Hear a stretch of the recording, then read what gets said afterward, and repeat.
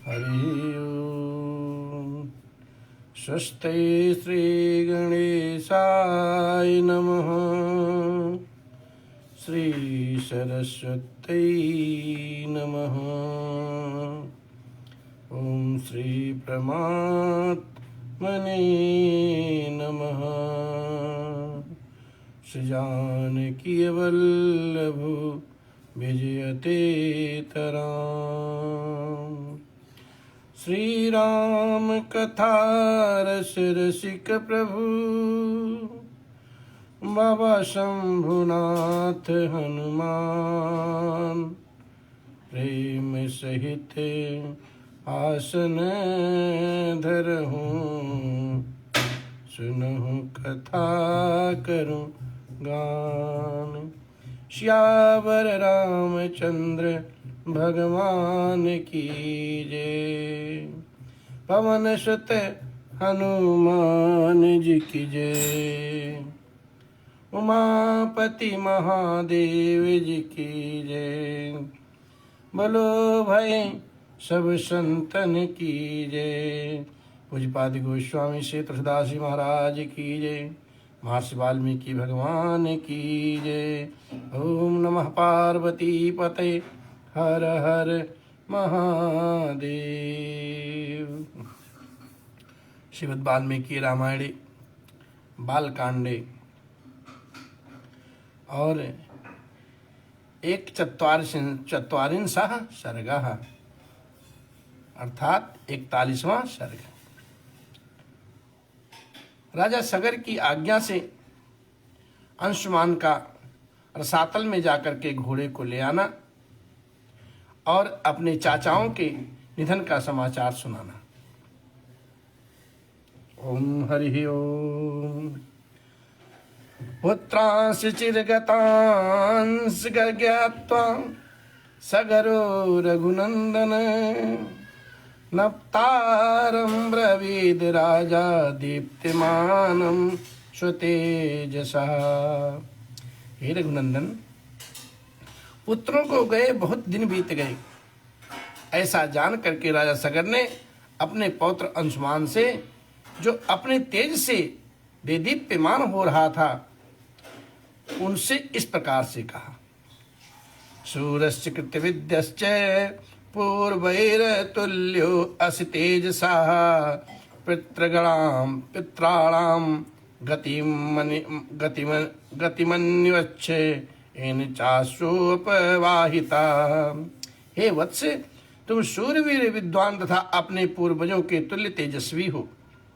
तुम भी अपने चाचाओं के पथ का अनुसरण करो और उस चोर का पता लगाओ जिसने मेरे यज्ञ संबंधी अश्व का अपहरण कर लिया है।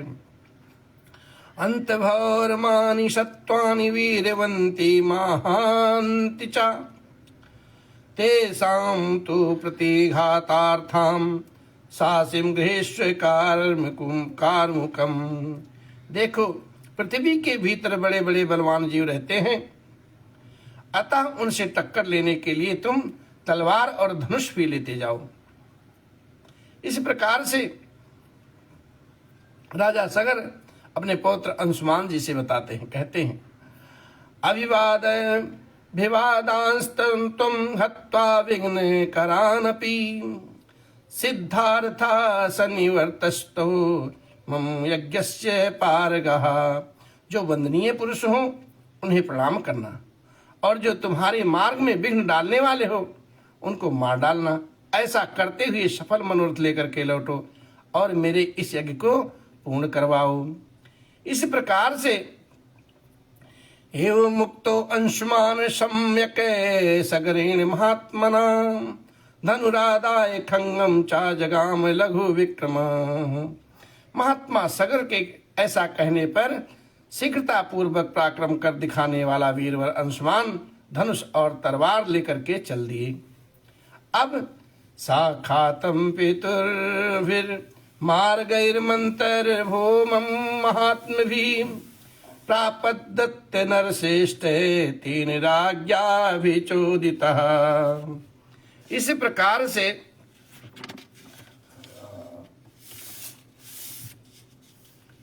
विश्वामित्र जी महाराज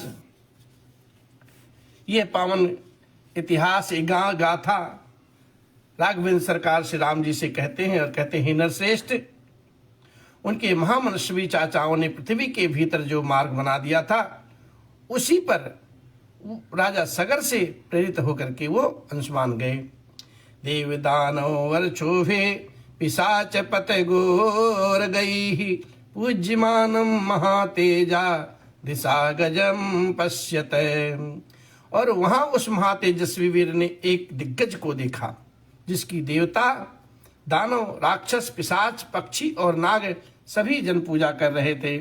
अब सातम प्रदक्षिणम कृत्वा पृष्ट्वा च निरामयम पितरंसा प्रपक्षे बहे हरतार में ऊंचा। उनकी परिक्रमा करके कुशल मंगल पूछ करके अंशुमान ने उस दिग्गज से अपने चाचाओं का समाचार तथा अश्व चुराने वाले का पता पूछा। दिग्गा दिशा गजस्तु तत्सुत्वा प्रतिवाच महामति, असमंजस्य कृतास्तुम सास्वः शीघ्र मेष्यसि। और उसका प्रश्न सुन करके परम बुद्धिमान दिग्गज ने इस प्रकार से उत्तर दिया, हे असमंज कुमार, तुम अपना कार्य सिद्ध करके घोड़े सहित शीघ्र लौटाओगे। तस्य तदवचनं श्रुत्वा सर्वानेव दिशा गजान, यथा क्रमं यथा न्यायं पृष्ठ समूप चक्रमे। और उसकी यह बात को सुनकर के अंशुमान ने क्रमशः सभी दिग्गजों से न्यायानुसार उक्त प्रश्न पूछना आरंभ किया। तैश्च सर्वैर्दिशा वाक्य कोविदैः पूजिता सहयश्चैवा गंता सीत्याभिचोदितः। वाक्य के मर्म को समझने तथा बोलने में कुशल उन समस्त दिग्गजों ने अंशुमान का सत्कार किया है, आदर किया और यह शुभ कामना प्रकट की कि तुम शीघ्र ही घोड़े सहित लौट आओगे। अब तेषां तदवचनं श्रुत्वा जगाम लघु विक्रमः, भस्म राशि कृता यत्र पितरस्य तस्य सागराः। और उनका यह आशीर्वाद सुन करके अंशुमान शीघ्रता पूर्वक पैर बढ़ाता हुआ उस स्थान पर जा पहुंचा जहां उसके चाचा सगर पुत्र राख के ढेर सब बन करके पड़े थे, राख के ढेर बन गए थे। साधुक वश मापन्नस्तौ समंजसुतस्तदा चुक्रोशो परमास्तस्तु बंधात् तेषां सुदुखितः। उनके बद से असमंज पुत्र अंशुमान को बड़ा दुख हुआ। वह शोक के वंशीभूत हो अत्यंत आर्त भाव से फूट फूट करके रोने लगे। यज्ञं चाहयं तत्र चरन्तं विदूरितः, ददर्श पुरुष व्याघ्रो दुख शोक समन्वितः।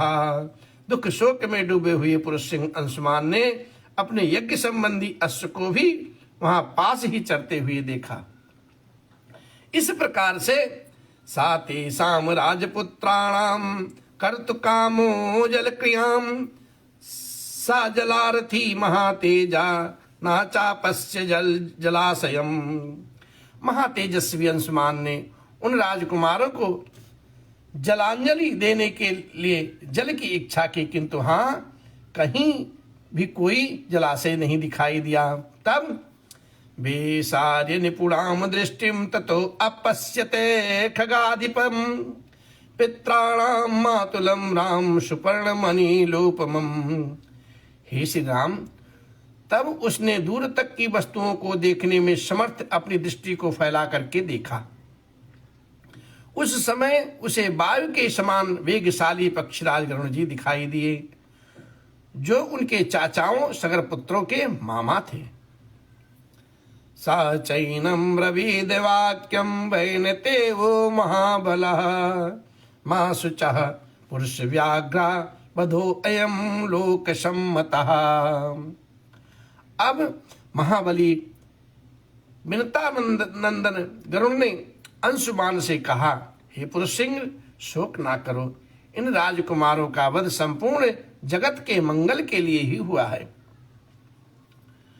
कपिलेना प्रमेण दग्धा ही में महाबला, सलिलम न हर्षि प्राज्ञे दात में साम ही लौकिकम।